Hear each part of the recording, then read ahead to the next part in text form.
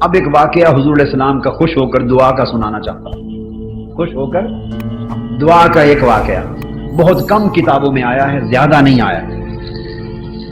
بہت مدت پہلے میں نے خطبہ جمعہ میں ایک مرتبہ بیان کیا تھا. پرانی کیسٹیں کسی نے سنی ہو تو شاید ان کو یاد ہو، مگر کتابوں میں زیادہ نہیں آیا، کم آیا.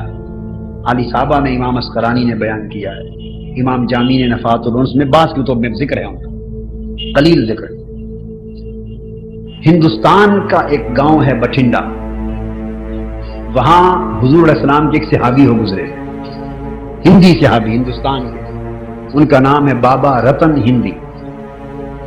بابا رتن، انہوں نے 700 سال عمر پائی. آقا کی امت میں سب سے زیادہ عمر پانے والے 700 برس انسانوں میں بابا رتن ہندی. یہ حضور علیہ السلام کا جب بچپن تھا اس وقت بابا رتن ہندی کی جوانی تھی. یہ انڈیا سے شام کے ملک میں تجارت کے لیے جاتے تھے. بابا رتن ہندی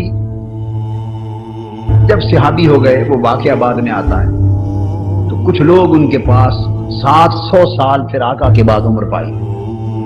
کچھ لوگ ان کے پاس آئے اور ان سے کہا کہ آپ اپنے مسلمان ہونے کا واقعہ سنائیں. ہندو تھے، بھئی آپ کیسے مسلمان ہوئے، کیسے صحابی بنے. وہ اپنی زبان سے روایت کرتے، اپنا واقعہ اسلام قبول کرنے کا بیان کرتے.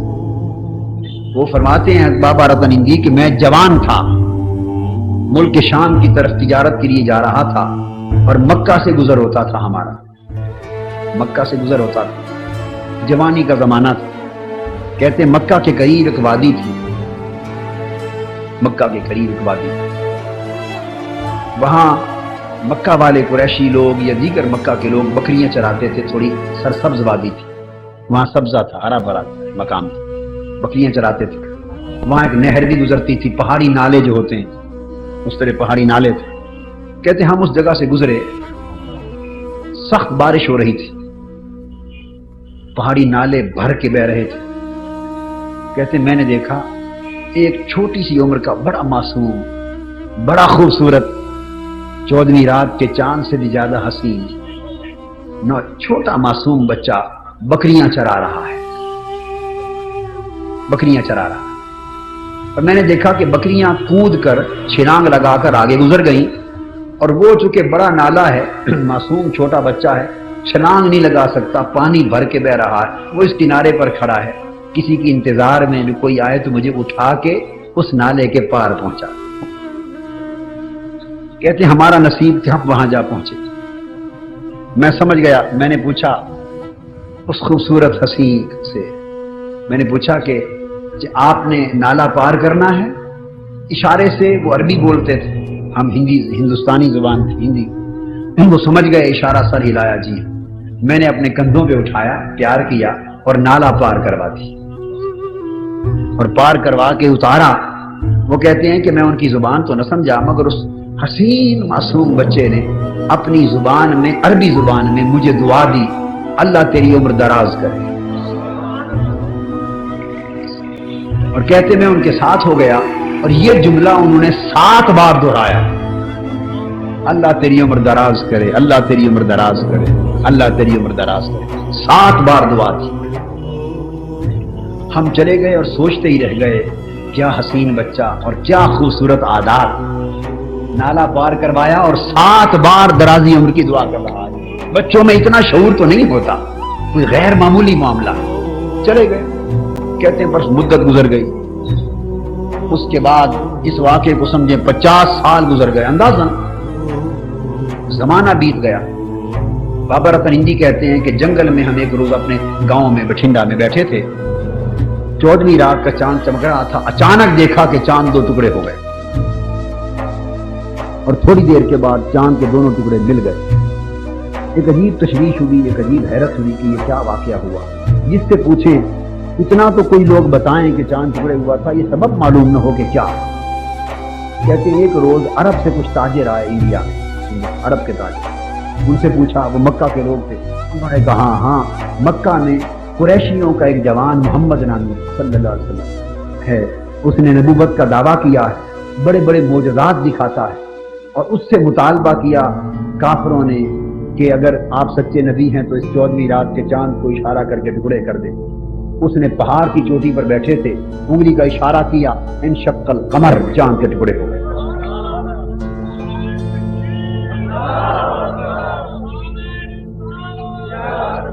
پھر ان سے کہا گیا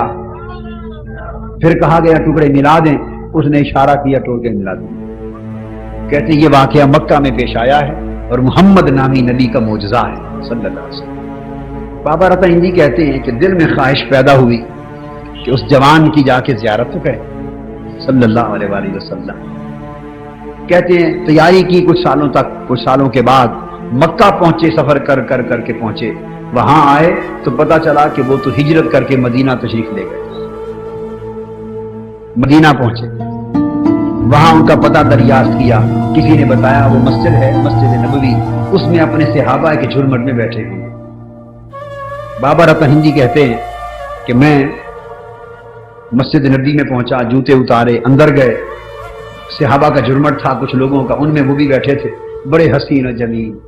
پھر 14ویں رات کا چاند دکھائی دیا، جا کے بیٹھے اور میں نے عرض کیا کہ جی میں ہندوستان سے آیا اور آپ کی نبوت کا شہرہ سن کر آیا، مجھے کوئی معجزہ دکھا دیں تاکہ میں بھی ایمان لے آؤں، کوئی معجزہ دکھا دیں تاکہ بولیے میں بھی ایمان لاؤں۔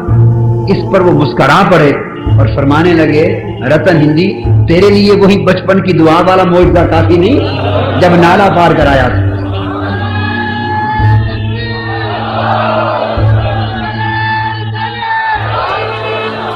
وہی معجزہ کافی نہیں ہے کہ تو نے نالا پار کرایا تھا اور میں نے دعا دی تھی، 7 بار دعا دی تھی تیری درازی عمر کی، وہ پوری ہوگی۔ اس قدموں میں گر پڑے، اسلام قبول کر لیا۔ کہتے ہیں 15 دن حضور علیہ السلام کی بارگاہ میں رہے، جہاد میں حصہ لیا، واپس پلٹے، جانا دوبارہ نصیب نہ ہوا، مگر بچپن میں آقا خوش ہوئے تھے۔ نکتہ کیا سمجھا رہا تھا؟ کندھے پر اٹھا کر نالا پار کرایا، اتنا عمل تھا بس۔ ابھی ایمان بھی قبول نہیں کیا تھا، کافر تھے اس وقت، روزے نہیں رکھے، نمازیں نہیں پڑھے، حج نہیں کیا، ابھی وقت آیا ہی نہیں مسلمان ہونے کا، اور آقا کی نبوت کا اعلان بھی نہیں ہوا۔ بچپن کا زمانہ، ایک نالا پار کر آیا، کندھے پہ اٹھا کر دعا دی، خوش ہو کر اللہ تمہیں سلامت رکھے۔ ہر دعا کے کلمہ پر 100 سال ملے، 700 سال ملے۔ آج کی گفتگو کا لب لباب یہ ہوا کہ محنت کرو جوانوں، مسلمانوں، بچوں، بہنوں، بھائیوں، اتنی محنت کرو کس کام میں؟ حضور کو خوش کرنے، بس باقی ساری باتیں اس کے اندر آ جاتی۔ تھوڑی سمجھداری سے کام لو، اس جملے میں نے سب کچھ کہہ دیا۔ اتنی محنت کرو ہر اس کام میں جس میں آقا خوش ہو جائے، اور اتنے خوش ہوں کہ کبھی خوش ہو کے کہہ دیں جا تو سلامت رہے، تو نے ہمیں خوش کیا، رب تمہیں خوش رکھے۔